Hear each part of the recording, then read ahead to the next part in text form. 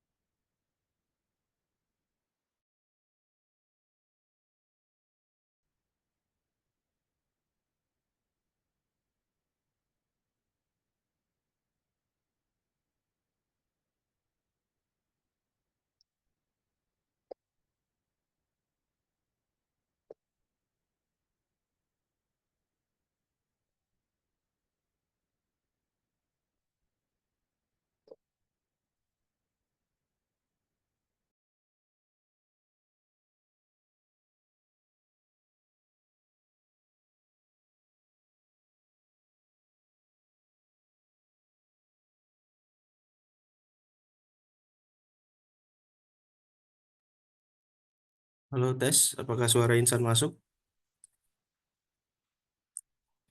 Boleh direspon, teman-teman?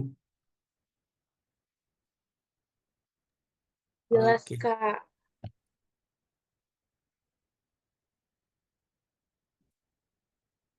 oke, terima kasih.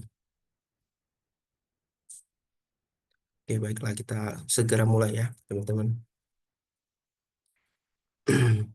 Oke, sebentar lagi kita akan mulai. Silahkan bagi yang memungkinkan untuk open cam dan juga boleh disiapin catatannya buat teman-teman agar bisa serius dan fokus menyimak materi yang akan disampaikan pada malam hari ini. Oke, Bismillahirrahmanirrahim. Assalamualaikum warahmatullahi wabarakatuh. Alhamdulillahillazi an'ama alaina bi ni'matil iman wal Islam. Asyhadu an la ilaha illallah wa asyhadu anna Muhammadar Rasulullah. Allahumma shalli ala sayyidina Muhammad wa ala sayyidina Muhammad amma ba'du. Yang pertama dan utama, marilah kita panjatkan puji dan syukur kehadirat Allah Subhanahu wa taala yang mana atas rahmat dan hidayahnya kepada kita semua pada hari yang berbahagia ini kita masih diberikan kenikmatan iman dan Islam sehingga kita dapat bertemu dan bersilaturahmi dalam kajian Haik Akademi Pranika pada malam hari ini. Tak lupa solawat serta salam semoga selalu tercurahkan kepada suri tauladan kita, ialah Nabi besar kita, yakni Habibana wa Nabiyana Muhammad Sallallahu Alaihi Wasallam, yang sangat kita harapkan syafaatnya di yaumil akhir kelak. Amin Allahumma amin.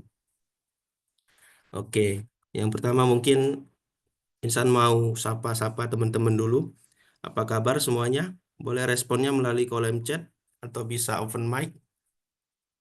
Apakah semuanya sehat? Boleh direspon dong. Alhamdulillah. Alhamdulillah. Yang lain gimana nih kabarnya? Ada yang sedang sakit?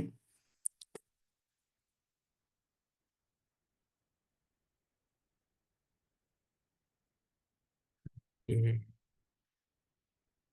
Alhamdulillah ya. Semoga semuanya selalu dalam keadaan sehat walafiat. Amin ya rabbal alamin. Mungkin selanjutnya kita sapa dulu pemateri kita pada malam hari ini. Assalamualaikum Kak Oksa. Waalaikumsalam. Gimana Kak kabarnya malam hari ini? Alhamdulillah sejuk ya karena kena angin dari apa pohon Sehat kelapa ya Kak? tempat antum ini. Sehat Kak Oksa? Alhamdulillah. Alhamdulillah. Oke. Semoga selalu dalam keadaan baik dan sehat terus, Kak. Udah siap, Kak, untuk nyampain materi pada malam hari ini? Insya Allah. Insya Allah. Oke, bismillah.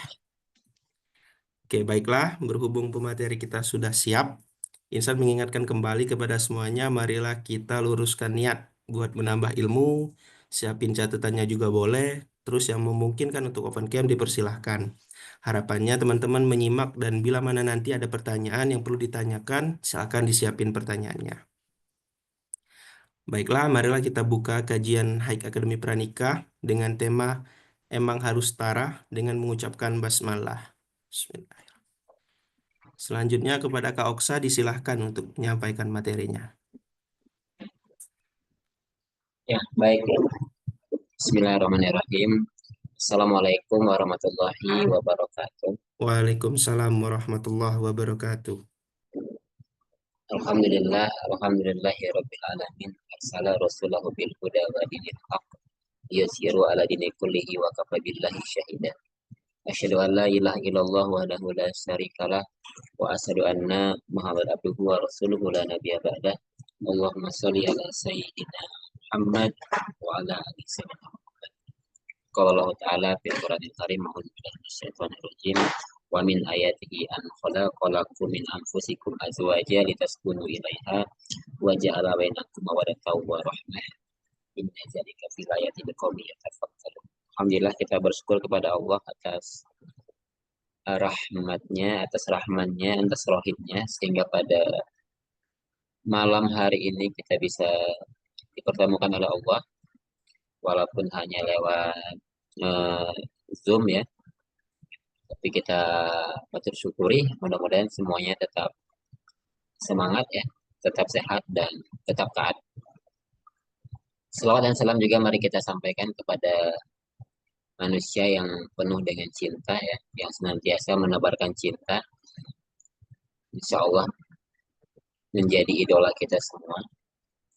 Beliau adalah suami terbaik, ayah terbaik, pemimpin terbaik, ya, karena memang Allah sudah katakan, laqad kana lakum fi Rasulillahi uswatun hasanah. Pada diri Rasulullah itu telah ada uswah, telah ada teladan, contoh kebaikan atau contoh kebahagiaan dan yang lain. Maka salah satu bentuk cinta itu kita senantiasa menyebut namanya, berselawat kepadanya, dan ya bukti cinta sejati itu kita mengikuti setiap ajaran-ajaran yang telah beliau contohkan kepada kita semua. Baik ya, malam hari ini kita akan membahas tentang kafaah ya, kafaah atau sekupu atau kesetaraan. Nah, awalnya judulnya dikasih oleh panitia kenapa harus setara ya kan? Tapi saya minta diganti. Karena kalau harus itu berarti hukumnya wajib gitu ya. Kalau sholat bolehlah kita kasih judul kenapa harus sholat gitu kan. Karena memang sholat itu harus. Atau kenapa harus Islam. Karena memang harus. Kalau nggak Islam maka kita nanti nggak selamat gitu kan. Kita akan celaka dan seterusnya. Nah tapi kalau kenapa harus setara, nah, saya rasa kurang pas gitu kan. Kurang cocok. Karena kalau kenapa harus setara berarti wajib setara itu. Pertanyaannya bagaimana pernikahan-pernikahan yang tidak setara, baik dari sisi strata sosial, pendidikan, gitu kan, umur dan yang lainnya. Nah, maka ngomongin kesetaraan kita juga agak bias. Yang dimaksud kesetaraan itu seperti apa? Maka yang saya pahami, eh, kenapa harus setara? Tidak harus. Makanya saya minta ganti aja deh judulnya menjadi emang harus setara gitu ya. Nah, itu pertanyaan yang akan kita bahas pada malam hari ini. Emang harus setara. Ya, emang harus setara. Tapi kayaknya kalau kita cuma bahas ini, materinya nggak lama ya. Jadi apa namanya, kita ngomongin harus nggak atau nggak harus nggak itu. Tapi misal kita bisa gali lebih dalam lagi. Saya nggak sempat bikin materinya. Jadi teman-teman cukup mendengarkan saja, mendengarkan dan mencatat. Oke, kita mulai dari pertanyaan tadi ya. Emang harus setara. Emang harus setara. Maka jawabannya ya tidak harus. Karena tadi ya, banyak pernikahan-pernikahan yang tidak setara. Bahkan barangkali pernikahan saya sendiri itu tidak setara. Dari sisi apa misalnya? Dari sisi kalau kita ngomongin pendidikan gitu ya. Ketika saya menikah, saya S1, istri saya SMA. Itu kan nggak setara itu kan. Walaupun pada setelah menikah istri saya S1 juga. Tapi ketika kami akan menikah, istri saya ijazahnya masih SMA. Saya udah S1.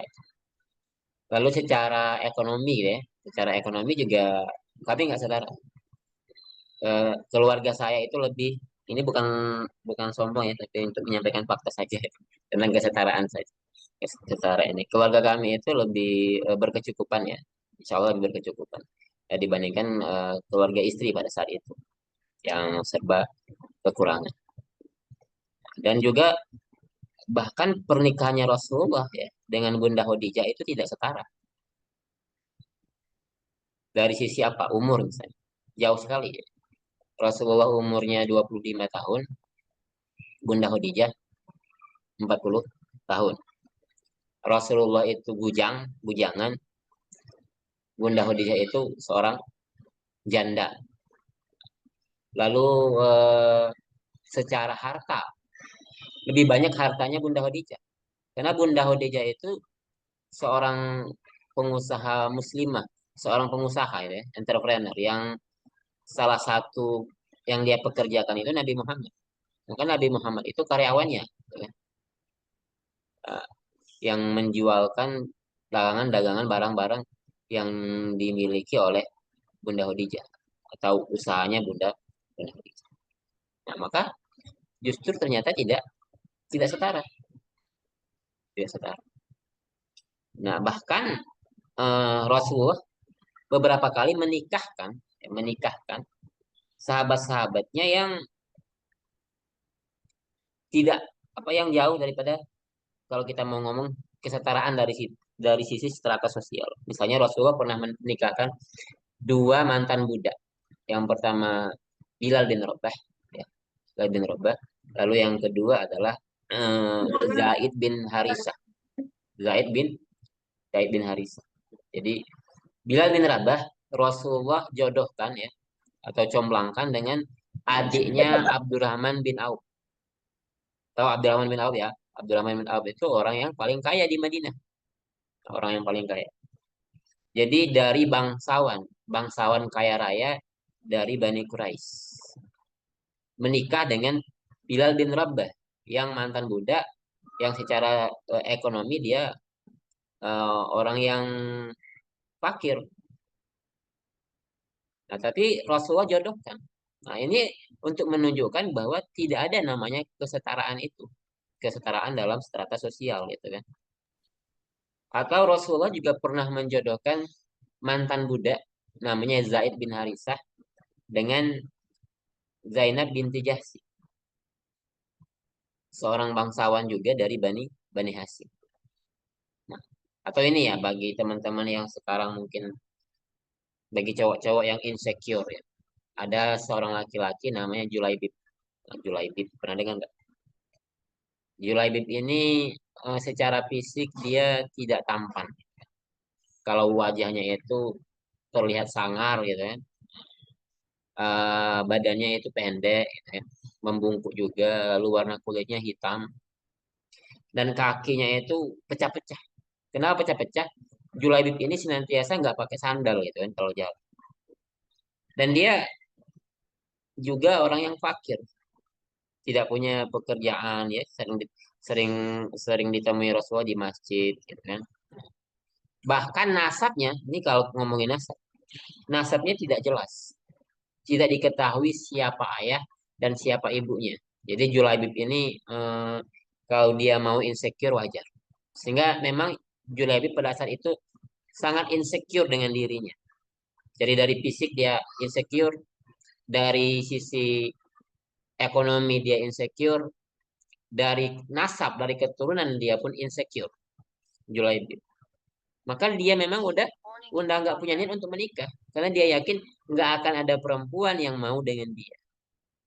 Nah, tapi Rasulullah eh, nanya ke Julaibib, ya, Julaibib kira-kira kamu kepengen nggak sih nikah? Gitu. Nah, Julaibib ketawa-ketawa, senyum-senyum, ya, dia bilang pengen sih, tapi kayaknya nggak akan ada yang mau. Jadi Julaibib kalau kata Fajar Setboy itu SD gitu ya, sadar diri gitu. Dia sadar diri, sekaligus insecure juga. Maka kata Rasulullah, kalau mau nikah aku bantu, ikut aku. Maka Rasulullah mengajak Julaibib menemui seorang muslimah yang dia itu dari kalangan bangsawan kaya raya dari kaum Ansar. Karena Rasulullah yang melamarkan untuk Julaibib, maka perempuan itu muslimah itu menerima. Jadi kalau kita mau ngomongin setara itu kan sangat tidak setara. Si perempuan ini cantik, Julaibibnya tidak. Gitu. Si perempuan ini orang kaya, Julaibibnya orang miskin. Lalu perempuan ini keturunannya jelas gitu ya. Ayah ibunya jelas gitu ya. Julaibib nasabnya tidak jelas. Jadi dari sisi manapun tidak setara sama sekali. Tidak setara sama sekali. Tapi mereka menikah. Menikah. Nah, mereka menikah. Ini untuk menghapuskan yang namanya tadi. Bahwa nikah itu harus sama. Antara kaya dengan kaya. Yang ganteng dengan yang cantik. Gitu kan. Yang pintar dengan yang pintar. Islam menghapuskan itu semua. Jadi tidak ada kesetaraan dalam hal seperti itu. Nah, tapi Julaibib itu Rasulullah tahu orangnya soleh, orangnya bertakwa gitu kan. Dia senantiasa ketika ada jihad dia ikut berjihad. Maka ketika Julaibib ikut berjihad, Julaibib sahid gitu kan. Dan apa kata Rasulullah ketika Julaibib sahid? Julaibib lebih pantas menghuni surga daripada ia di dunia yang tidak bersahabat dengannya. Karena seringkali dihina dan segala macam. Tapi Rasulullah menikahkan Julaibib tadi. Terjadi pernikahan itu. Nah, maka disinilah kenapa saya katakan kalau kita ngomongin kesetaraan tidak ada istilah harus kafaah, harus setara atau harus sekufu. Jadi tidak ada dalilnya, tidak ada dalilnya. Kalaupun ada hadis-hadisnya, itu hadisnya hadis hadis palsu, ya. Al-Quran Al-Quran sendiri tidak ada, tidak bicara harus harus setara. Maka setiap muslimah pada dasarnya dia pantas untuk pria muslim manapun. Dan setiap pria muslim itu pantas untuk wanita muslimah manapun. Jadi berbagai perbedaan, ya, perbedaan antara pria dengan wanita dalam masalah harta, dalam masalah pekerjaan, garis keturunan, atau yang lainnya itu tidak bernilai sama sekali. Jadi tidak ada harus sama hartanya, harus sama pekerjaannya, sama-sama dokter misalnya, sama-sama guru, ya nggak harus. Garis keturunannya harus sama-sama dari kalangan bangsawan, harus sama-sama berdarah biru. Tidak. Bahkan putra seorang putra seorang tukang sampah itu pantas untuk putri seorang Amirul Mukminin.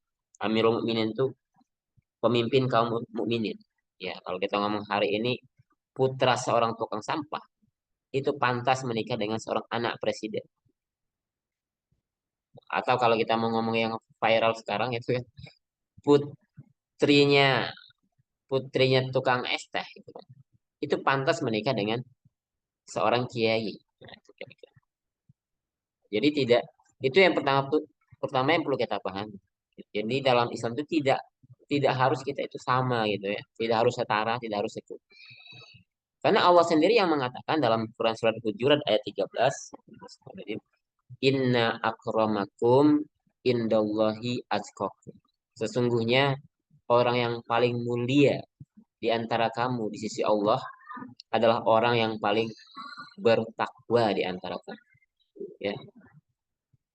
Akramakum yang paling mulia di antara kalian itu bukan yang paling banyak hartanya, bukan yang tinggi tingkat pendidikannya, gitu kan? Bukan karena dia anaknya raja, anaknya kiai, gitu kan?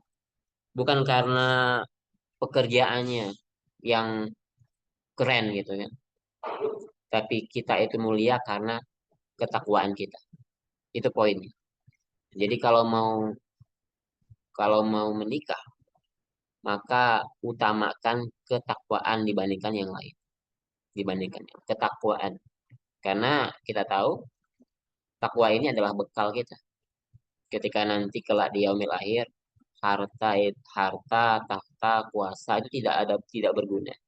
Maka yang paling berguna, yang paling bermanfaat itu adalah takwa. Maka kata Allah, Inna akramakum. Sesungguhnya yang paling mulia di antara kalian itu adalah indallahi atqakum.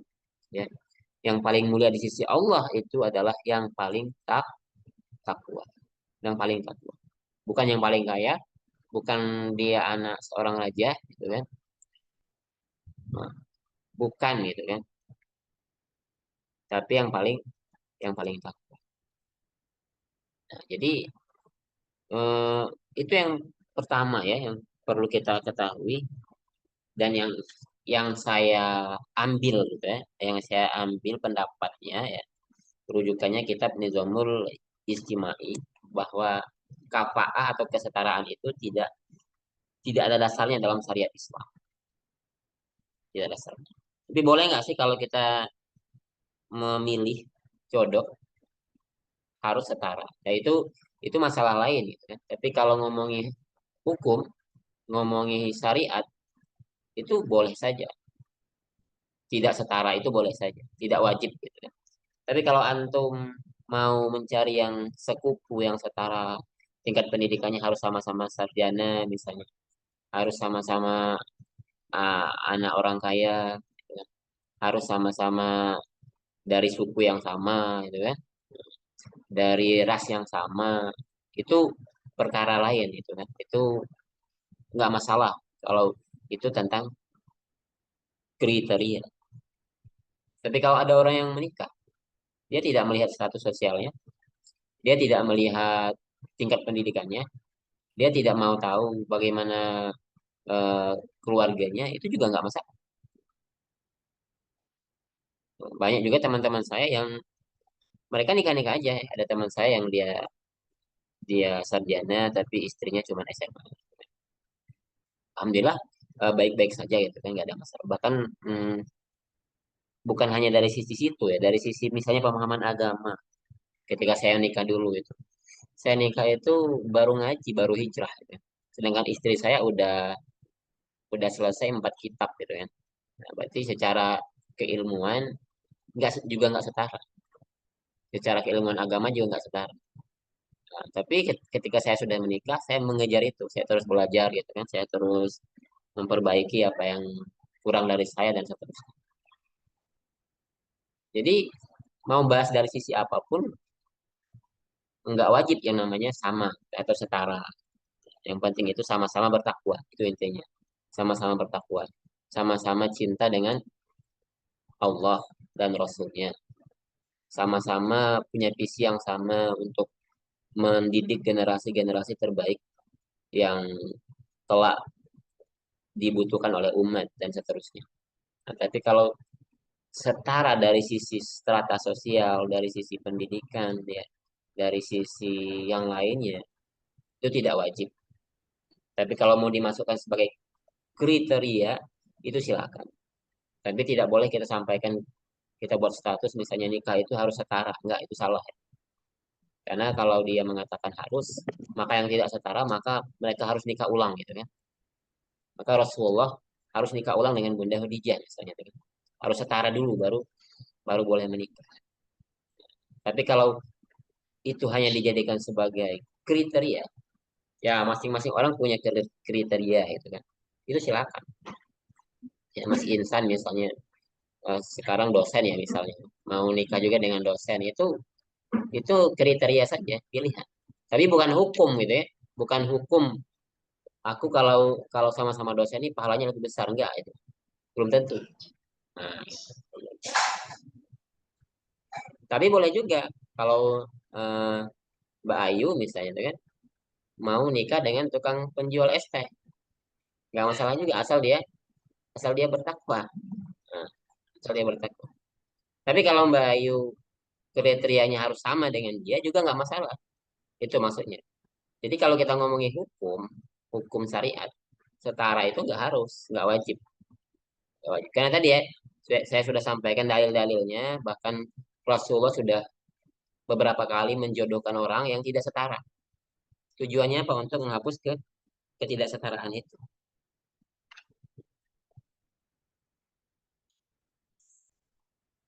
Ya, jadi yang paling penting bagi kita di sini adalah ke ketakwaan, ketakwaan. Karena Rasul juga pernah sampaikan la fadla li arabiyyu ala ajami ila bitakwa. Jadi tidak ada keutamaan bagi orang Arab dengan ajami, dengan orang yang bukan Arab, kecuali dengan takwanya. Itu hadisnya. Jadi kalau boleh nggak orang Arab nikah dengan orang Indonesia? Ya boleh aja. Kalau sama-sama ridho, sama-sama mau. Jadi nggak harus orang Arab nikah dengan orang orang Arab atau orang Turki nikah dengan orang Turki. Tapi kalau jodoh orang Indonesia jodohnya dengan orang Arab, orang Indonesia jodohnya dengan orang Turki, ya nggak masalah juga.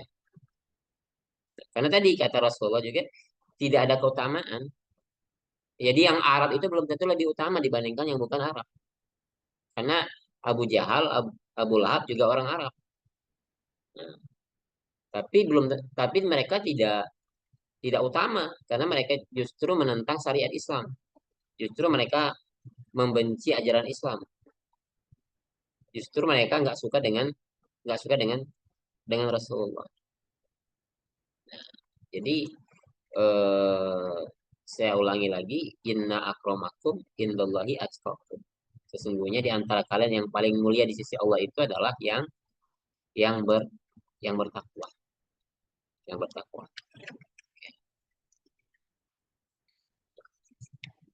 Jadi kalau mau sederajat atau setara, sekufu itu pilihan saja, ya pilihan.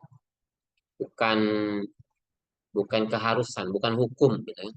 Bukan hukum dalam Islam kalau mencari jodoh itu harus yang setara, gitu kan. Enggak.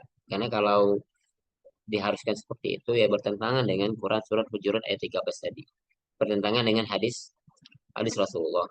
Bertentangan juga dengan yang dilakukan oleh Rasulullah. Yang dilakukan oleh Rasulullah itu kan hukum juga.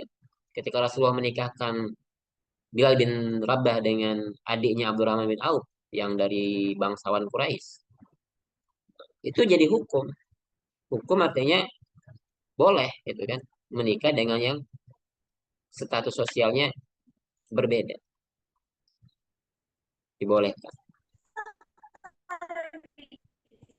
Oke, mungkin itu dulu pembukaannya. Kita bisa lanjutkan dengan pembahasan apa diskusi yang lain. Oke.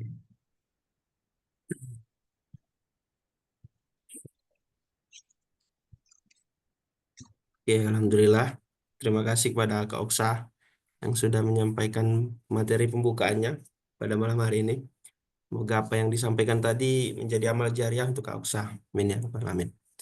Selanjutnya boleh disilakan kepada teman-teman yang ingin bertanya atau mau menyampaikan secara langsung bisa raise hand atau ketik di kolom komentar. Tapi kita prioritasin yang mau nanya langsung ya. Silakan teman-teman yang mau nanya langsung atau mau ngetik dulu di kolom komentar boleh.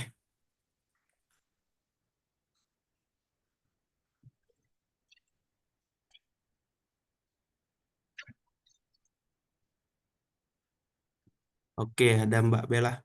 Boleh Mbak Bella langsung disampaikan pertanyaannya.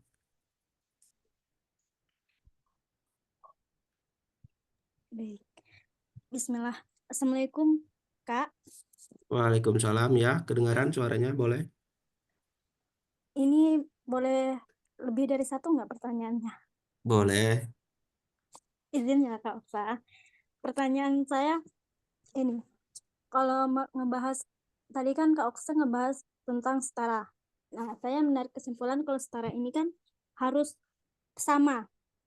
Dalam hal ini, saya ingin tanyakan, apakah harus juga secara visi misi itu apakah harus setara dengan apakah juga harus satu frekuensi antara si pasangan? Nah, itu pertanyaan pertama. Lalu pertanyaan keduanya, bagaimana tanggapan Kak Oksa kalau ada seorang wanita yang dianggap matre oleh karena dia ini tidak mau dengan laki-laki yang mungkin kurang mungkin ya dalam rangka penghasilannya kayak gitu. Nah, itu bagaimana? Oke. Monggo Kak Uksa.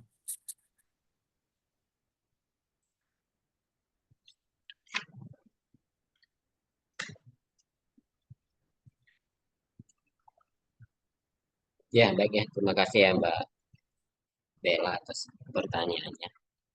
Yang pertama terkait visi dan misi gitu kan. Nah, kalau visi dan misi itu bagusnya sama.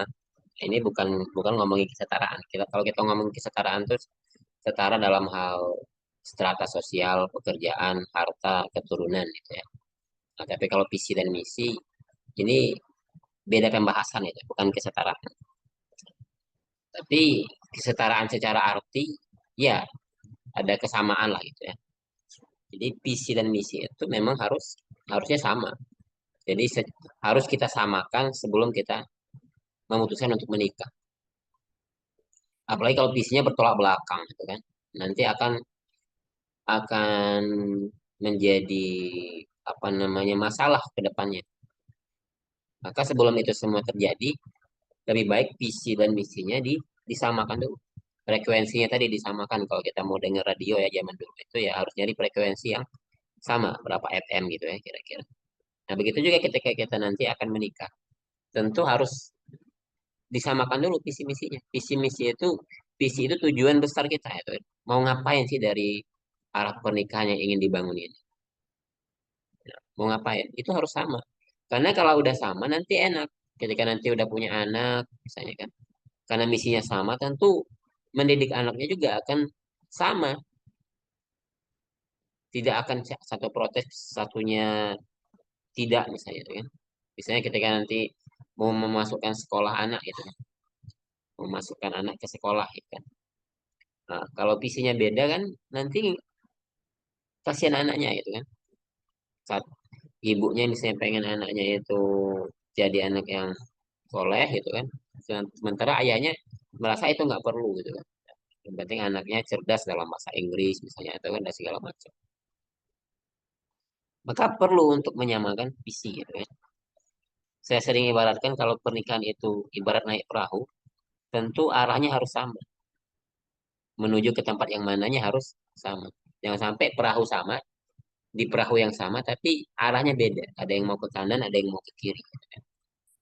Ada yang mau ke maju, ada yang mau ke belakang. Misalnya. Jadi nggak nyambung, nggak akan sampai pada tujuan itu kan. Tujuannya kemana sih sebenarnya antara suami dan istri ini? Nah, maka tentu harus disamakan antara visi dan misi agar kedepannya itu pernikahan itu bisa bisa langgeng gitu kan. Bisa langgeng. Termasuk juga harus tahu bukan visi misinya ya, harus misalnya menyamakan tempat pengajian.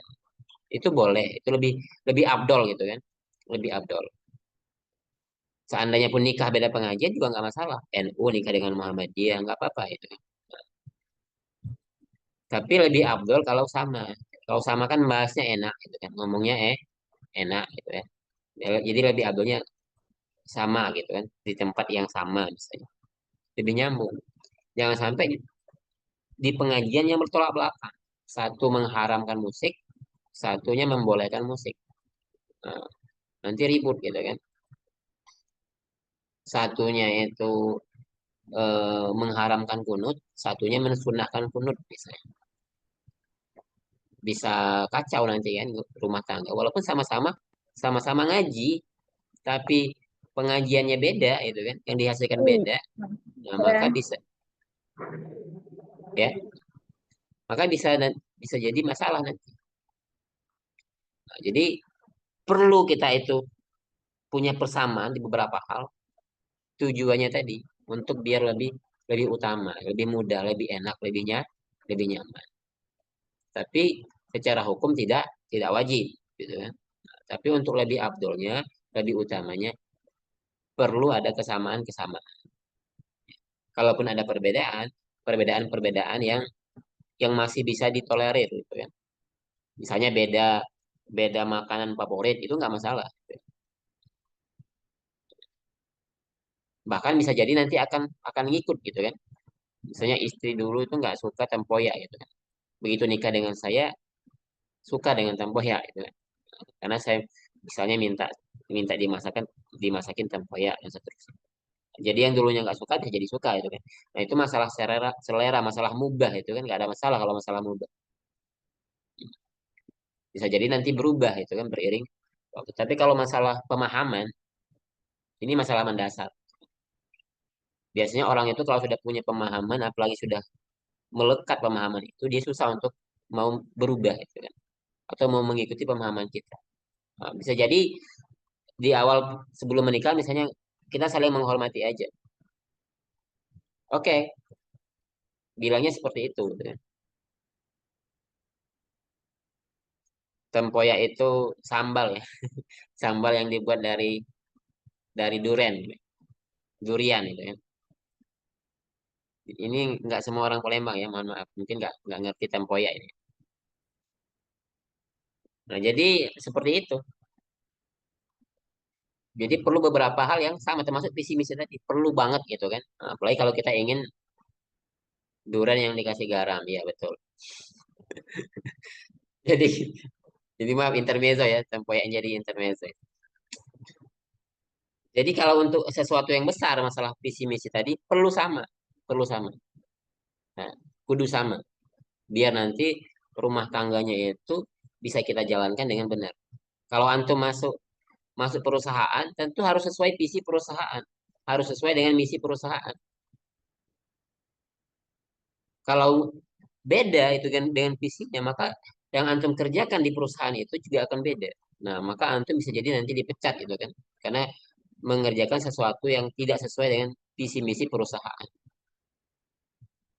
Nah, untuk itu perlu menyamakan visi, visi dan misi. Sangat perlu dan sangat penting. Apalagi kalau visinya besar itu kan seperti visinya ayahnya Salahuddin Alayubi gitu ya. Maka dia juga mencari istri yang sama-sama pengen menaklukkan Baitul Maqdis. Nyari istri seperti itu. Alhamdulillah dapet gitu kan. Oke, itu yang pertanyaan pertama ya. Pertanyaan kedua tadi, gimana kalau ada perempuan gitu kan yang menolak karena harta. Itu ya kira-kira ya. Menolak karena misalnya ekonomi atau karena kurang mapan dan segala macam. Itu itu pilihan ya. Itu pilihan. Seorang perempuan boleh memasukkan kriteria misalnya harus suami yang bekerja atau ingin suami yang gajinya minimal UMR kan. Itu boleh saja dimasukkan sebagai kriteria. Nah, tapi kalau misalnya lama nggak dapat dapat gitu kan, berarti kriterianya terlalu tinggi. Coba direndahkan lagi kriterianya gitu ya. Kriterianya harus nyari suami misalnya yang habis Quran itu kan. Nah, itu terlalu tinggi. Karena yang habis Quran nggak mau sama anti gitu kan. Karena anti nggak habis Quran misalnya. Atau eh, nyari yang ekonominya tadi ya, yang gajinya minimal 10 juta misalnya. Nah, itu terlalu tinggi kriterianya. Ada yang 10 juta, tapi udah jadi suami orang gitu ya. Kecuali mau jadi yang kedua, beda gitu kan.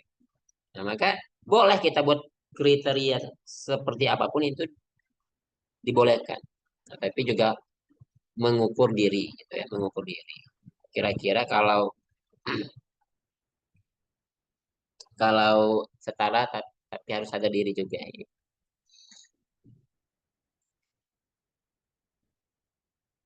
Jadi nggak ada masalah.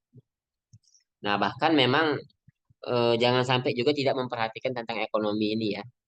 Karena banyak juga istri-istri yang mengeluhkan masalah ekonomi. Bukan karena kurangnya nafkah, bukan. Tapi karena suami yang males, misalnya kan. Suami itu lebih banyak waktunya dihabiskan untuk main game, untuk mancing gitu kan. Sementara dia punya istri, punya anak-anak. Itu yang biasanya jadi masalah setelah pernikahan. Bukan karena kurang, kalau kalau dia sudah berusaha, sudah berikhtiar, ngasihnya sedikit. Nah, itu bagi seorang istri soleh harus qanaah, harus menerima. Nah, tapi kalau suami yang tidak bertanggung jawab, dia tidak berusaha, tidak berikhtiar, malah justru banyak waktunya bersantai-santai, padahal dia belum jadi sultan gitu ya. Warisannya juga tidak ada, nah, masih banyak kekurangan gitu kan.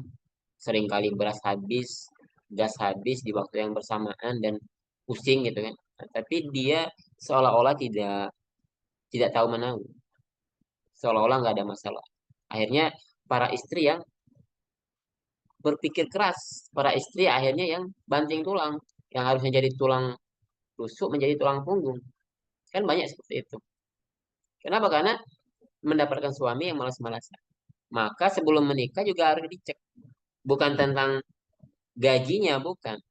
Tapi seberapa dia ini, apakah dia orang pekerja keras atau tidak. Bisa dicek dari misalnya riwayat pekerjaannya. Dia ini setahun bisa bisa pindah-pindah tempat kerja sampai 4 kali misalnya. Kira-kira kenapa nih? Itu? Apakah orangnya nggak bertahan atau karena sering kali dipecat atau seperti apa? Atau ketika misalnya nanti ta'aruf gitu kan bisa ditanyakan. Kira-kira Mas gitu kan nanti kalau kita menikah nanti ada rencana apa gitu. Selain misalnya sekarang udah bekerja ya, ada nggak rencana untuk punya usaha sendiri ya, atau seperti apa? Jadi itu perlu ditanyakan sebelum menikah, nggak ada masalah. Ya, jadi bukan matre ya kalau ada perempuan yang dia spesifik untuk bertanya tentang masalah ekonomi itu bukan matre. Karena memang memastikan apakah dia itu akan dinafkahi oleh suaminya. Karena selama ini dia tinggal sama orang tuanya, tinggal sama ayahnya, ya, tinggal sama ibunya, itu nggak pernah kurang satupun. Bahkan orang tua perempuan itu ya, ayahnya itu rela berhutang, ya kan? Rela berhutang, rela banting tulang, peras keringat, kepala jadi kaki, kaki jadi kepala, untuk menghidupi anak perempuannya. Nah, tapi begitu anak perempuannya beralih tanggung jawab kepada seorang suami dan suaminya lalai gitu, suaminya tidak bertanggung jawab. Nah, maka tentu si perempuan itu akan membandingkan suaminya dengan ayahnya. Kalau udah seperti itu berarti eh, seorang istri udah merasakan yang namanya sakit luar biasa itu ya, mendapatkan suami yang seperti itu. Jadi itu diperlukan, nggak ada masalah, gitu kan? Nggak ada masalah. Tapi jangan juga menolak Ikhwan hanya dari saat itu, ya. Ketika dia melamar, misalnya gajinya cuma 1 juta. Tapi lihat bagaimana orangnya, itu orangnya mau berikhtiar atau enggak, gitu. Karena kalau di awal-awal gaji kecil itu kayaknya hampir rata-rata itu kan. Yang namanya bujangan itu belum belum mapan. Ya, karena kalau udah mapan itu biasanya udah menikah, udah 5 tahun menikah, 10 tahun menikah, itu mulai mapan. Karena rezekinya udah beda, itu kan. Ada rezeki anak-anak dan seterusnya. Nah, jadi jangan lihat dari sekarang, sisi yang sekarang. Sisi sekarang pasti kebanyakan itu laki-laki itu nggak akan mapan gitu kan. Kecuali yang udah berumur gitu kan, atau udah jadi duda dan segala macam. Bisa jadi. Tapi kalau masih bujang itu sedikit yang mapan. Nah, maka disitulah perjuangannya yang kelak akan diceritakan kepada anak dan cucu gitu kan, bahwa dulu ketika menikah itu kan, menikah dengan abimu misalnya atau dengan ayahmu, ya kami itu mulainya bukan dari nol gitu, tapi dari minus gitu. Dari ngutang misalnya kan. Tapi alhamdulillah Allah itu sudah berjanji kan di An-Nur ayat 32 bahwa siapa yang miskin di antara kalian nikahkanlah, siapa yang miskin di antara mereka Allah akan cukupkan. Itu janji Allah kepada orang-orang yang menikah. Allah janjikan itu. Yang penting mau ikhtiar, mau berusaha. Allah kasih. Sebagaimana lagu cicak di dinding gitu kan. Cicak itu tugasnya berusaha, berikhtiar. Apa ikhtiarnya? Merayap. Ketika dia merayap, cicak yang datang gitu kan. Cicak sendiri yang datang. Yang penting ada ikhtiarnya, ada usahanya dulu. Allah akan bantu. Insya Allah rezeki orang menikah itu lebih lebih banyak. Dan terbukti ya, baru nikah udah banyak rezeki. Ya, dulu saya nggak punya kipas angin gitu kan. Begitu nikah ada yang ngasih kipas angin. Gitu. Ada yang ngasih kado kipas angin. Ada yang ngasih kado kulkas gitu ya.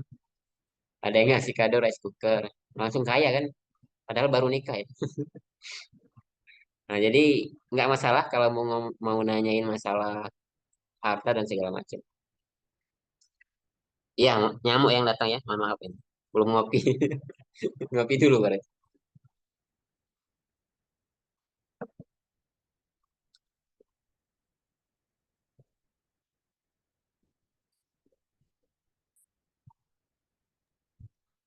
Iya, ada pertanyaan tuh di kolom chat. Oke, terima kasih Kak Oksa untuk jawaban pertanyaan dari Mbak Bella. Kita lanjut ke pertanyaan di kolom chat. Assalamualaikum, saya izin bertanya Ustadz, karena orang tua saya ingin anaknya menikah dengan seorang sarjana dan itu jadi kriteria utama. Apakah boleh orang tua melarang anaknya menikah dengan orang yang dia cintai karena tidak setara dalam hal pendidikan? Monggo Kak. Iya, jadi ini agak berat ya kalau kita udah ngomongin orang tua ya. Karena kita punya kewajiban untuk berbuat baik kepada keduanya. Ya, di Islam perintahkan untuk birrul walidain, berbuat baik kepada kedua orang tua kita. Maka ketika orang tua kita meminta misalnya tentang jodoh gitu ya, baiknya ya didiskusikan baik-baik gitu, ditanyakan. Memang kalau kenapa harus sarjana misalnya tuh kan?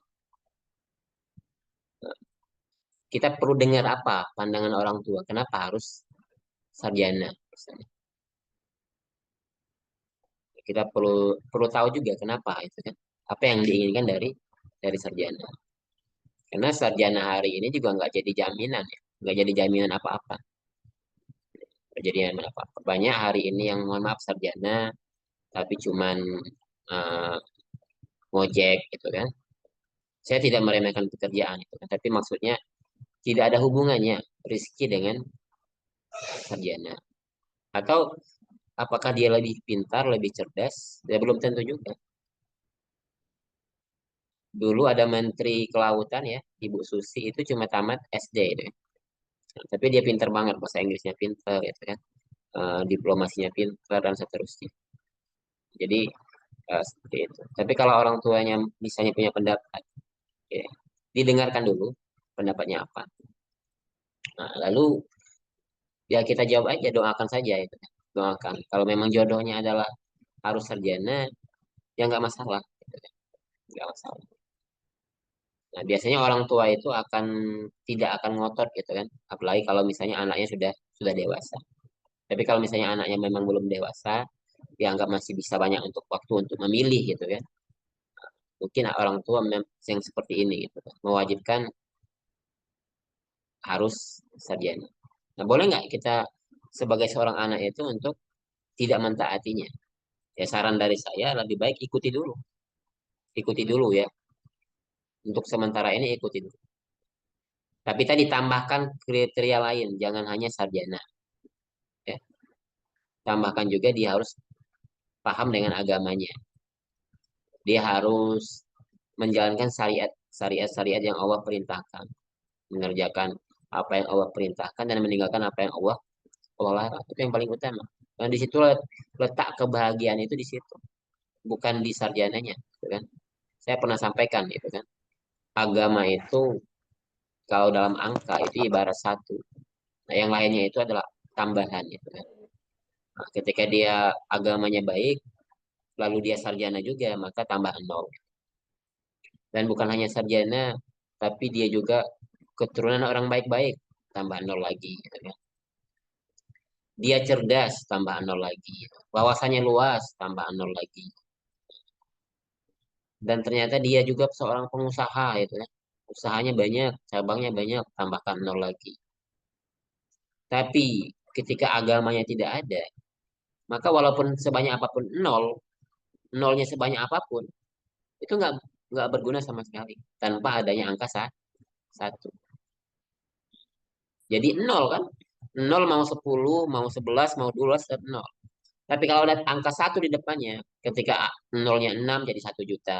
Ketika nolnya 9 jadi 1 miliar. Ketika nolnya 12 jadi 1 triliun. Tapi kalau satunya nggak ada, mau nolnya sampai 12 pun tetap nol. Nggak ada nilainya sama sekali. Jadi pahamkan itu juga.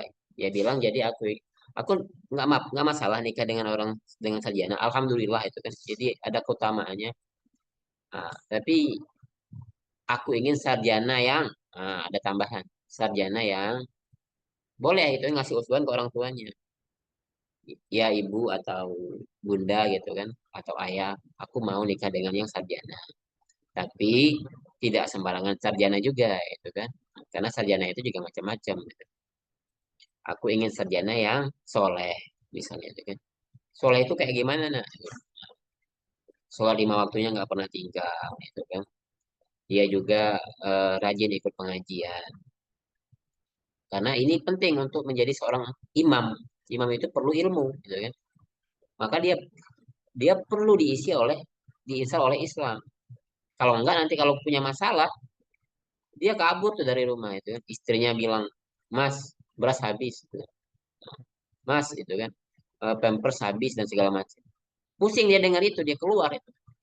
Bukan untuk nyari beras, tapi untuk bertemu dengan teman-temannya, gitu. Nongkrong karena di rumah dia pusing dengerin istrinya ini habis itu habis ini habis. Kenapa? Karena ilmu agamanya tadi nggak ada. Ya, ketika ada masalah dia pergi meninggalkan masalah itu, bukan menyelesaikan masalah.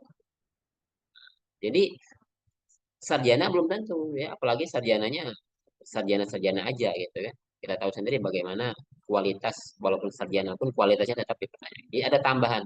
Jangan sampai tadi di sini dikatakan tadi pertanyaannya tadi itu yang jadi kriteria utama. Nah, jadi kalau bisa nanti diusulkan ke orang tuanya, iya saya setuju yang sarjana, tapi gitu kan, sarjana yang soleh, sarjana yang paham agama. Oke itu, Oke, terima kasih Kak Oksa. Lanjut ya Kak ke pertanyaan selanjutnya. antum kok nggak minum dogan itu? Cuman video itu Kak, nggak ada dogannya. Video ya. Kok bisa sih buat video kayak gitu? Oke, lanjut Kak. Ada pertanyaan selanjutnya. Izin bertanya Ustadz, bagaimana dengan visi misi sama tetapi ada kriteria yang tidak masuk kepada kita menurut Ustadz yang sudah pernah menikah, lebih utama mana antara visi misi dengan kriteria Ustadz? Monggo Kak. Oke, visi misinya sama ya, tapi kriterianya berbeda, berbeza. Kira-kira mana yang utama? Jadi kalau ngomongin utama, semuanya itu kalau bisa kita raih semua ya. Tapi karena harus memilih, tentu yang kita utamakan dulu visi misinya, visi misi. Karena kalau kriteria ini kan terkait apa? Macam-macam kan? Bisa terkait fisik, bisa terkait uh, materi gitu kan? Atau terkait apa kriterianya? Karena kalau ngomongin kriteria tadi kan bisa didiskusikan. Atau kita bisa menurunkan ego kita untuk merendahkan kriteria kita.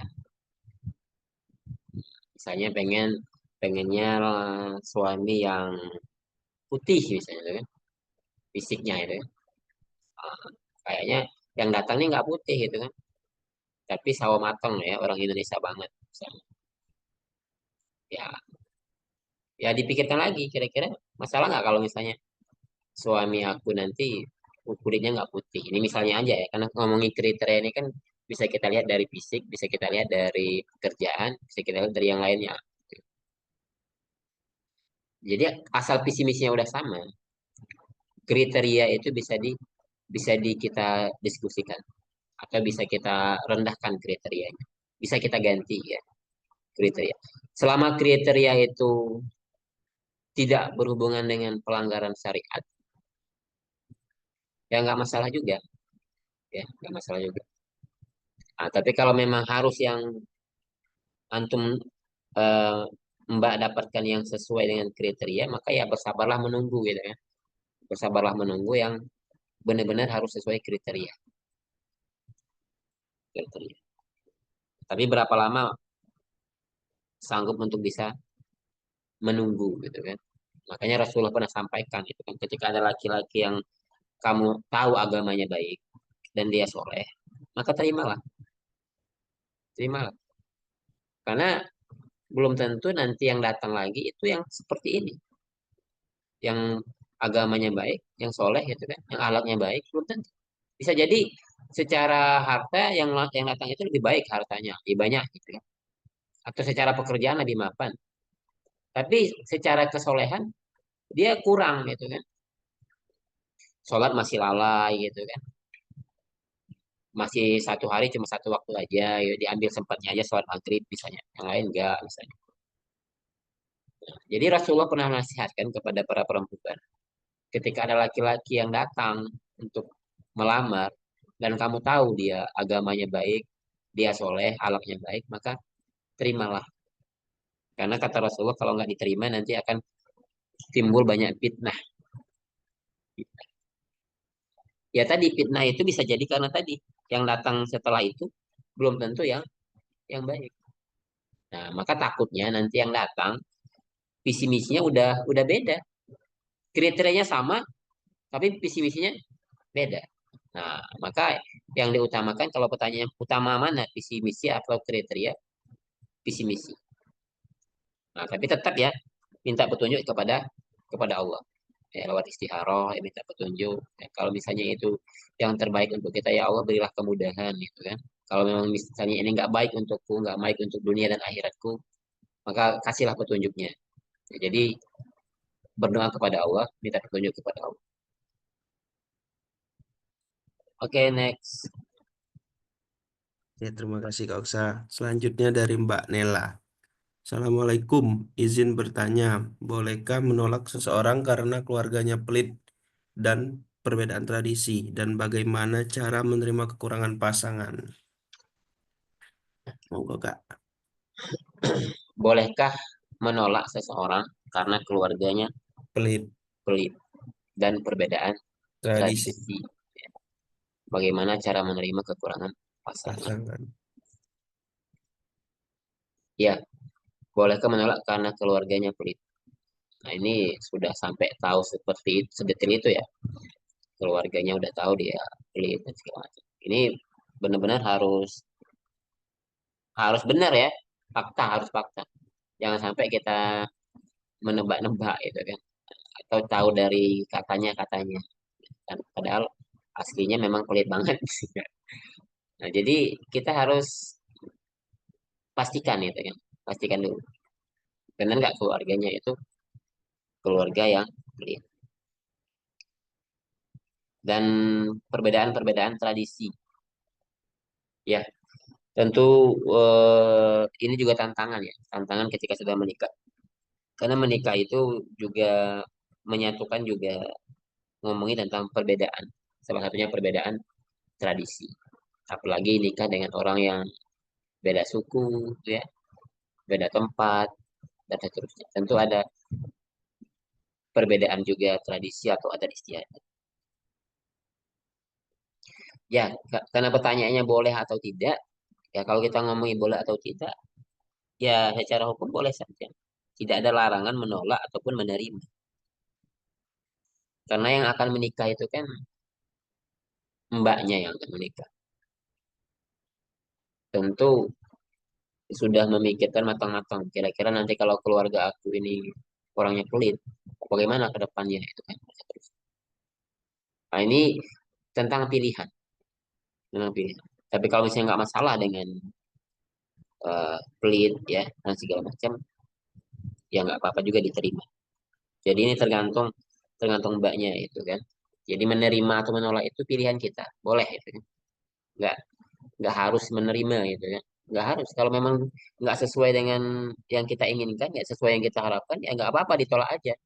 Daripada nanti nyesel gitu kan. Nggak apa-apa lah yang penting aku terima gitu kan. Yang penting aku nikah. Ternyata setelah menikah benar gitu kan. Benar terjadi gitu kan. Keluarganya pelit dan segala macam. Karena yang namanya pelit itu nggak disukai siapapun, termasuk oleh orang yang pelit. Orang pelit pun nggak suka dengan orang pelit. Terus bagaimana cara menerima kekurangan pasangan? Ya kalau antum punya kekurangan dan kekurangan antum diterima oleh dia, maka harusnya antum juga bisa dong menerima kekurangan kekurangan dia. Karena kalau ngomongin kekurangan, semua kita punya kekurangan. Ya, semua kita punya kekurangan. Maka berpikirnya dia mau menerima kekuranganku, maka aku pun harus bisa menerima kekurangannya. Kekurangan kekurangan di sini kekurangan yang hukumnya mubah ya, bukan hukumnya misalnya dia kekurangannya itu suka main judi online, itu bukan kekurangan, itu kemaksiatan. Yang mubah, misalnya perkara tidur misalnya kan, tidurnya suka ngorok misalnya, itu kan kekurangan. Tapi dosa nggak tidur ngorok? Ya nggak dosa. Tapi itu kekurangan, kekurangan, kekurangan. Nah, semua kita punya kekurangan, semua kita punya kelemahan. Karena kalau kalau kamu masih punya kelemahan, kalau kamu masih punya kekurangan, maka harus belajar untuk menerima kekurangan dia juga. Karena yang namanya menikah itu bukan menyatukan dua orang yang sempurna. Karena pernikahan kita itu pernikahan manusia, bukan pernikahan malaikat. Kalau malaikat keduanya sempurna, itu semuanya sempurna. Tapi manusia itu tidak sempurna. Ya, pernah saya sampaikan bahkan jodohnya Rasulullah itu juga tidak sempurna. Siapa istri Rasulullah yang sempurna? Nggak ada yang sempurna. Bunda Khadijah, gitu kan. Memang orangnya baik, keibuan, gitu kan. Tidak pelit tadi. Dia kasih hartanya semuanya untuk Rasulullah. Dia dukung dakwah Rasulullah.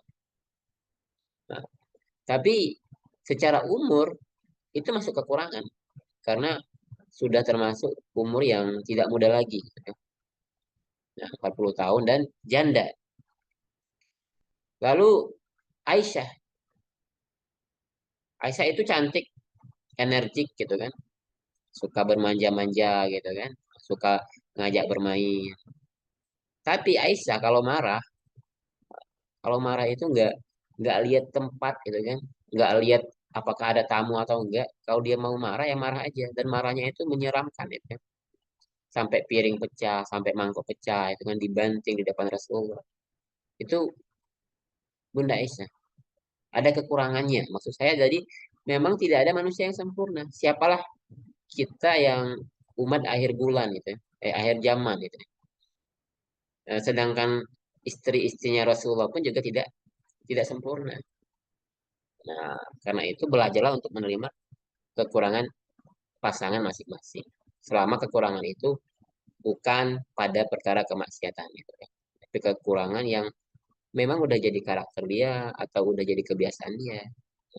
Tapi yang bisa diperbaiki, bisa diubah itu kan. Tapi yang nggak bisa ya harus kita terima. Oke, next. Oke, Kak. Terima kasih, Kak. Selanjutnya dari Mbak Epa. Izin bertanya, Kak Oksa. Banyak kasus terjadi di sini dalam pernikahan, di mana ketika mereka pacaran tidak terjadi apa-apa, tapi ketika mereka menikah, 2 atau 3 hari sesudah terjadi kekerasan dari pihak suami. Menurut Kak Oksa, bagaimana? Syukron sebelumnya. Ya, inilah bukti bahwa pacaran itu penuh dengan kepalsuan. Pacaran itu justru yang dikatakan beli kucing dalam karung, bukan taaruf gitu ya. Justru pacaran itulah yang menampilkan lipstick ya, menampilkan kepalsuan, menampilkan topeng, bukan menampilkan yang asli gitu kan. Ketika pacaran, ketika pacarnya jatuh, dia langsung apa namanya langsung panik gitu kan. Aduh sayang kok nggak hati-hati sih gitu kan. Tapi begitu udah nikah, jatuh istrinya, mata kamu tuh ya taruh di mana gitu kan. Udah beda gitu kan. Kenapa? Karena seperti yang disampaikan oleh seorang mentalis gitu ya, yang sekarang jadi seorang podcast terkenal ya. Dia katakan gini, dia katakan eh, ketika pacaran itu sedang mancing, sama kayak orang mancing. Disitulah asiknya mancing gitu kan, mancing. Tapi begitu udah dapet, itu asiknya udah hilang. Dapet gitu kan. Maka ikannya dibuang aja gitu kan, karena serunya mancing ketika mancingnya. Bagi laki-laki, asiknya perempuan itu ketika untuk mendapatkan perempuan itu. Berbagai cara dilakukan gitu kan. Valentine beli coklat, beli bunga itu kan. Untuk mancing tadi biar dapat si ceweknya gitu kan. Malam minggu diluangin waktu datang gitu kan. Bawain boneka, bawain bunga lagi dan seterusnya. Setiap hari dikasih perhatian, ditanyain udah makan belum gitu kan dan seterusnya. Padahal nggak ditanyain pun kalau lapar dia pasti makan gitu, dan seterusnya. Kenapa? Karena dia sedang mancing. Tapi begitu dapet gitu kan si cewek itu dapet jadi pacarnya kah, jadi istrinya kah, nah, maka nggak seru lagi. Gitu kata kata Om Desi gitu ya. Tapi bagi kita itu salah. Bagi seorang Muslim nggak seperti itu. Karena pernikahan itu sesuatu yang mulia. Pernikahan itu ya bahkan dikatakan ketika ada orang berakad dalam pernikahan, arasnya Allah itu tergetar. Arasnya Allah itu bergetar. Karena seorang laki-laki mengucapkan yang namanya misakon goliza, mengucapkan perjanjian yang itu sangat berat, perjanjian yang sangat berat. Ya, konsekuensi setelah menikah itu konsekuensinya surga dan neraka. Bisa jadi surga, bisa jadi neraka. Ketika rumah tangga dibangun dengan Islam, insya Allah surga. Karena semuanya itu adalah kebaikan. Suami dan istri itu sejatinya sedang menabung amal-amal soleh, sedang menabung pahala-pahala yang banyak. Ya. Apapun aktivitas keduanya. Karena hanya dalam rumah tangga bisa terjadi yang namanya eh, dua hal yang sangat indah, yakni sabar dan syukur. Sabar dan syukur. Ketika ada masalah, lalu bersabar, itu pahala yang besar. Ketika mereka dikaruniai kebahagiaan, mereka bersyukur. Itu juga pahala yang besar. Maka seluruh aktivitas mereka itu kebaikan. Apakah aktivitasnya itu aktivitas yang menghadirkan masalah atau justru menghadirkan kebahagiaan. Keduanya tetap tetap kebaikan. Nah, maka kalau ada orang menikah tapi nggak masuk surga, rugi gitu ya, rugi. Karena kata Rasulullah, suami istri berpegangan tangan itu menggugurkan dosa-dosa mereka. Itu baru pegangan tangan. Suami transfer ke istrinya, kayak ngasih uang uang bulanan, itu pahala yang besar. Tapi kalau masih pacaran ngasih transferan, itu dosa ya, nggak dihitung sedekah. Dosa juga ya, dosa karena ngasihnya ke pacar dan pacarnya bukan kaum dua apa gitu kan. Maka tetap dosa itu ya. Berpegangan tangannya orang yang pacaran, ya jelas dosa. Apalagi melakukan kemaksiatan yang lebih parah daripada itu. Tapi bagi orang menikah, semuanya itu bertabur, bertabur pahala, berlimpah keberkahan. Maka ketika sudah menikah, justru suaminya muncul karakter yang sebenarnya. Dia melakukan kekerasan terhadap istrinya, itu ya. Maka merugilah si laki-laki. Dan ini jadi pelajaran bagi para perempuan di Indonesia dan di dunia bahwa suami terbaik itu tidak didapat melalui pacaran. Belum tentu yang kita kenal ketika pacaran itu orangnya baik gitu ya, orangnya lembut, tapi bisa berubah setelah dia menikah, ketahuan yang aslinya. Kenapa? Karena merasa udah dapet. Kalau udah dapet merasa udah gitu. Kayak tadi kayak kayak orang mancing ikan tadi, udah puas gitu kan. Kalau ikannya udah didapat terserah mau dimakan kah ikannya atau dibuang lagi ke laut kah itu kan nggak ada masalah. Karena udah nggak seru lagi. Nah, makanya kalau udah nggak seru lagi dia akan nyari perempuan lain untuk mencari keseruan-keseruan yang baru. Anak Nauzubillah itu kan. Jangan sampai pemikiran yang seperti itu ada pada laki-laki muslim. Itu Mbak Mbak siapa? Eva ya.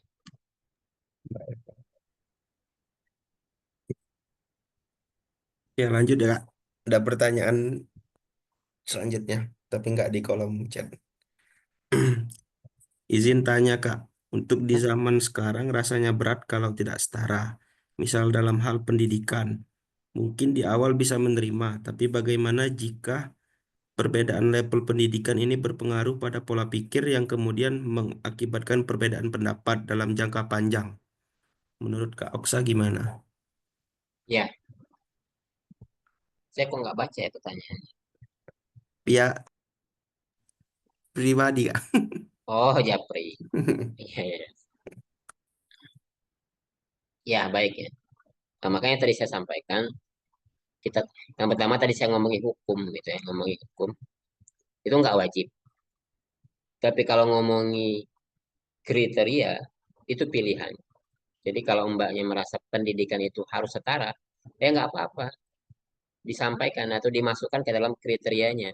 Saya ingin mencari calon suami yang S1 minimal misalnya, nggak apa-apa, nggak salah juga, nggak salah. Nah, yang saya bahas tadi tentang hukum, apakah harus atau tidak? Kalau harus atau tidak, maka jawabannya tidak harus. Tapi kalau ingin menjadikan itu sebagai kriteria, itu dibolehkan. dibolehkan saja, nggak ada masalah. Yang namanya kriteria itu kan seperti kita ingin beli teknologi, ya, mau beli handphone misalnya. Kita punya kriteria, pengen memorinya yang berapa giga, itu kan. Pengen fitur-fiturnya seperti apa. Maka kita carilah, gitu kan. Handphone apa yang memenuhi kriteria ini. Ya, yang memorinya besar, yang kameranya bagus, gitu kan. Dan seterusnya. Oh, ternyata iPhone yang bagus. Nah, maka itu namanya kriteria, itu kan. Itu diperbolehkan. Ya, benar itu kan. Kalau kita sama kriteria itu bisa ngobrolnya bisa nyambung, bisa benar gitu kan, bisa nyambung. Sama-sama pernah kuliah kan enak kalau ngomongin skripsi gitu kan, bagaimana suka duka mengerjakan skripsi. Tapi kalau kita ngomongin skripsi sama orang yang belum pernah skripsi gitu kan, nah itu agak agak susah nyambungnya, nggak relate lah ke dia gitu kan. Tapi ada juga teman saya yang tadi dia nggak sarjana, dia sarjana tapi istrinya nggak sarjana. Ya mereka ngomongin yang lain, nggak ngomongin kuliah, ngomongin yang lain. Nyambung juga gitu kan, nyambung juga karena apalagi sama-sama halko ya, sama-sama ngaji. Jadi yang diomongi ya seputar tentang kajiannya dan seterusnya.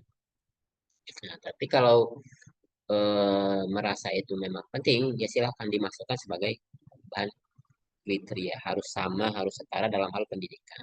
Itu nggak masalah. Ya, misalnya harus membuat kriteria yang satu suku pun nggak masalah.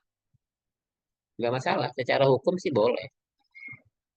Tapi kalau mengharuskan harus kriteria itu kan, karena dalam Islam hukumnya wajib. Nah, itu pendapat yang salah. Ya.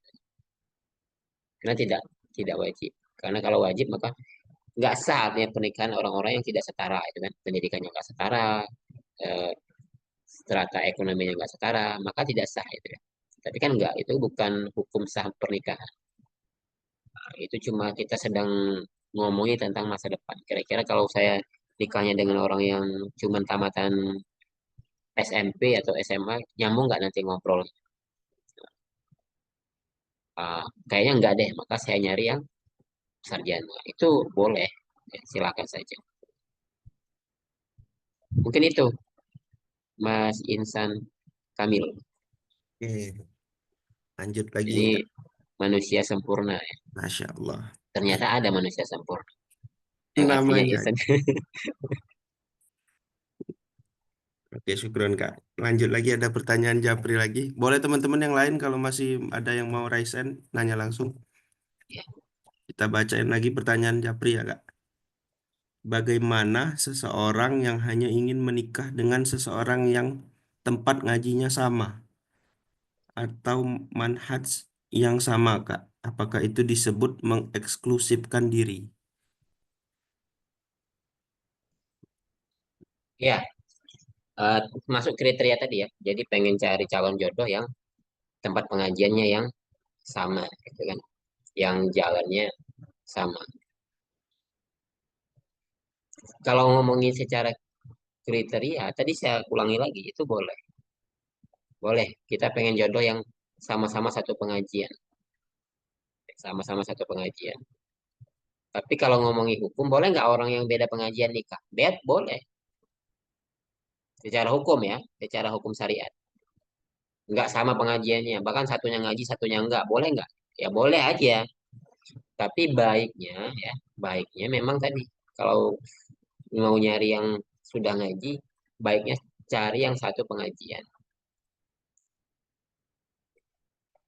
Biar nanti ke depannya nggak ribut masalah-masalah hukum. Kita tahu kan dalam Islam itu terjadi banyak perbedaan. Perbedaan yang insya Allah menjadi rahmat ya. Selama itu perbedaan dalam masalah cabang, masalah huruf, bukan dalam masalah akidah. Itu diperbolehkan.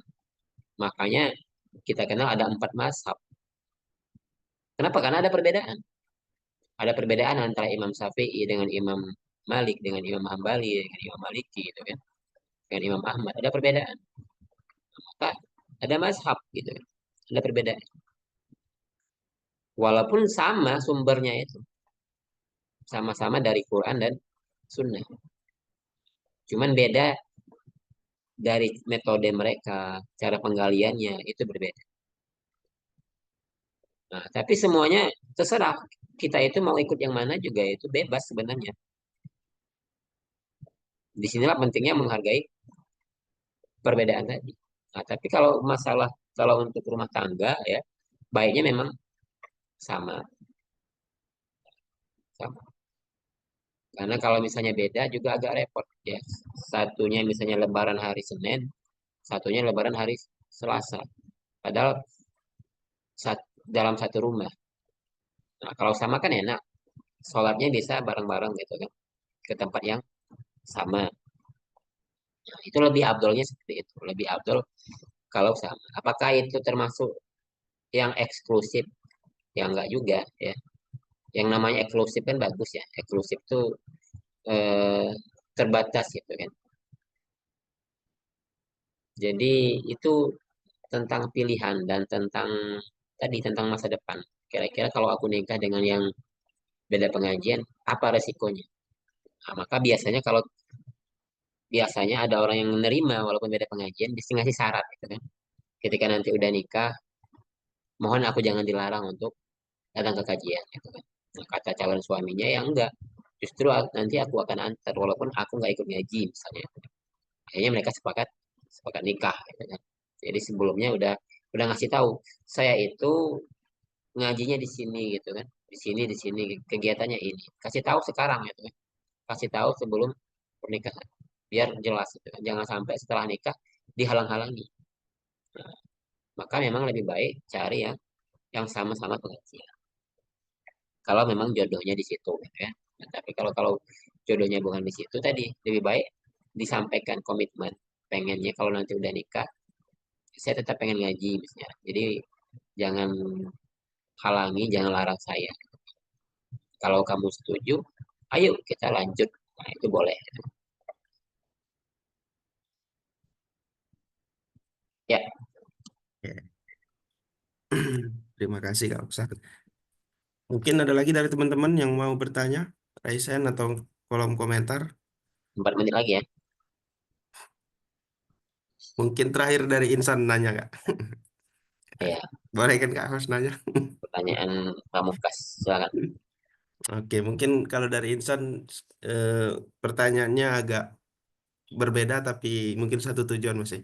Berbicara tentang setara. Ketika misal seorang Ikhwan sudah menemukan atau maksudnya itu sudah ada satu ahwat yang memang dianggapnya sudah pas secara agama, karakter dan juga latar belakang keluarga.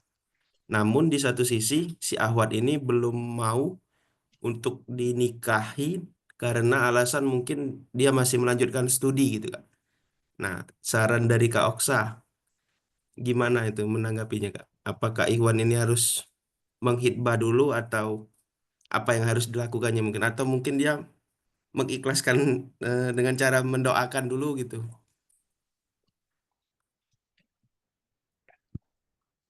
Ya, jadi apa namanya tadi udah cocok ya, udah cocok secara kriteria dan segala macamnya. Cuman masalahnya ahwatnya belum belum mau karena masih ingin melanjutkan pendidikan. Yang perlu dipahami yang pertama ya, pernikahan itu tidak menghalangi mimpi kalian ya. Jadi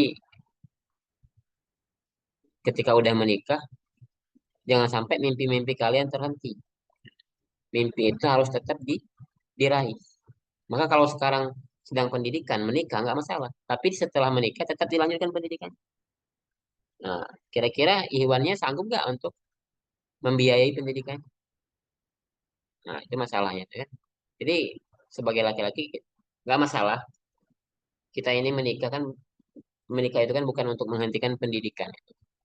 Bahkan justru harusnya lebih bersemangat ketika sudah menikah. Nah, maka eh, kalau memang karena alasannya itu saya siap misalnya nggak masalah setelah menikah tetap lanjutkan pendidikan. Nggak masalah juga kita harus menunda anak terlebih dahulu, misalnya menunda anak itu kan nggak dilarang juga. Fokus ke pendidikan, yang penting udah halal, gitu kan. Nah, udah halal. Nah, itu bisa dilakukan yang seperti itu. Nah, tapi kalau ahwatnya nggak mau, merasa misalnya Aku takut kalau misalnya nanti udah nikah, aku nggak 100% melayanimu, nggak 100% menjadi istri gitu kan. Walaupun tadi Mas bilang nggak masalah misalnya, tapi dari akunya itu nggak enak kalau harus kayak gitu. Jadi aku milih untuk selesaikan dulu pendidikan. Nah, kira-kira berapa lama lagi? Kalau misalnya setengah tahun lagi, itu nggak apa-apa, dihitbah aja itu. Kayak saya dulu tuh kan menghitbah istri itu ketika istri sedang skripsi. Makanya saya bilang tadi eh, belum punya ijazah kan, karena masih skripsi. Karena karena calon istri saya masih masih kuliah, ya nggak apa-apa. Nanti setelah setelah nikah tetap dilanjutkan skripsinya sampai nanti wisuda, itu kan. Sampai wisuda. Alhamdulillah ketika wisuda udah ada PW, ya. PW halal, ya, pendamping wisuda, ya. Yang syar'i ya, karena udah jadi suami. Nah,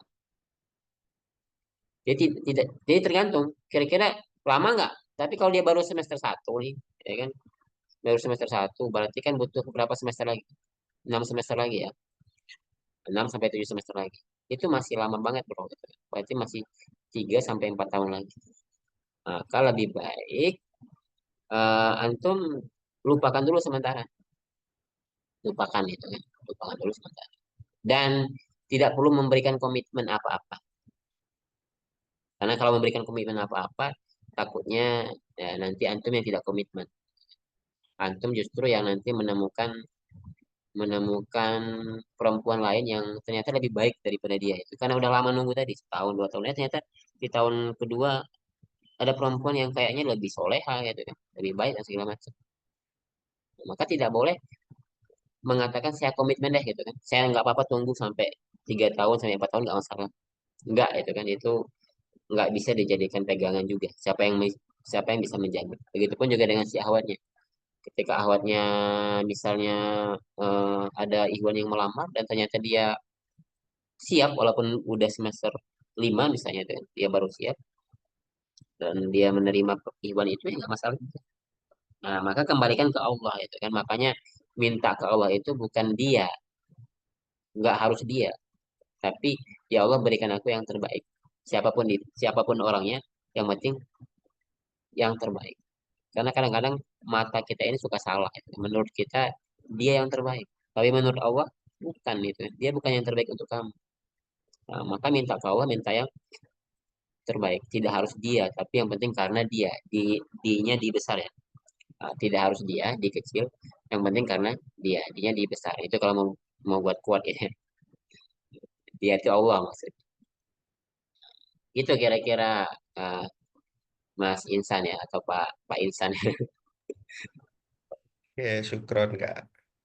Oke, mungkin itu pertanyaan penutup ya Kak dari sesi malam hari ini.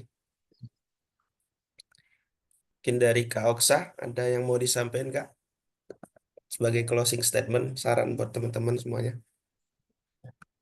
Ya, jadi eh, saya ucapkan terima kasih atas perhatiannya ya. Udah dengerin saya ngoceh ya. Saya pun masih pakai ilmu, masih banyak kurangnya.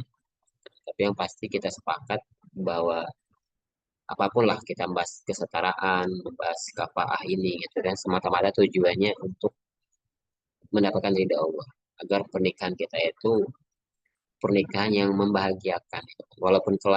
Walaupun pasti ada dukanya, tapi duka itu sementara akan segera kita selesaikan.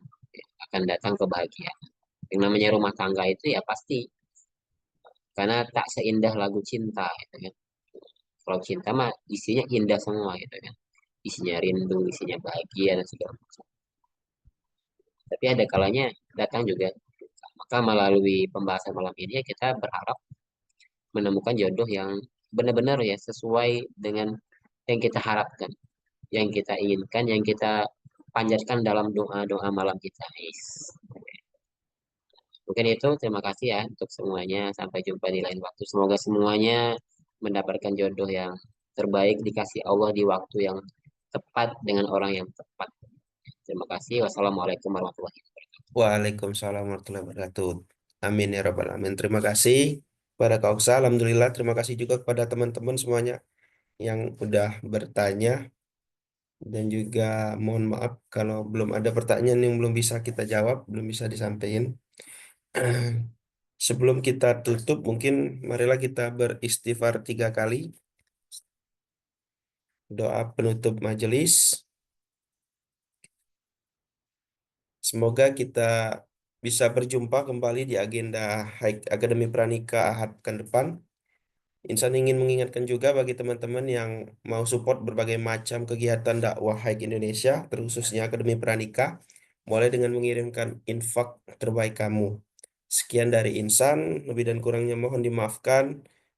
Kepada Allah Insan mohon ampun. Wabillahi taufiq walhidayah. Wassalamualaikum warahmatullahi wabarakatuh. Terima kasih Kak Uksa.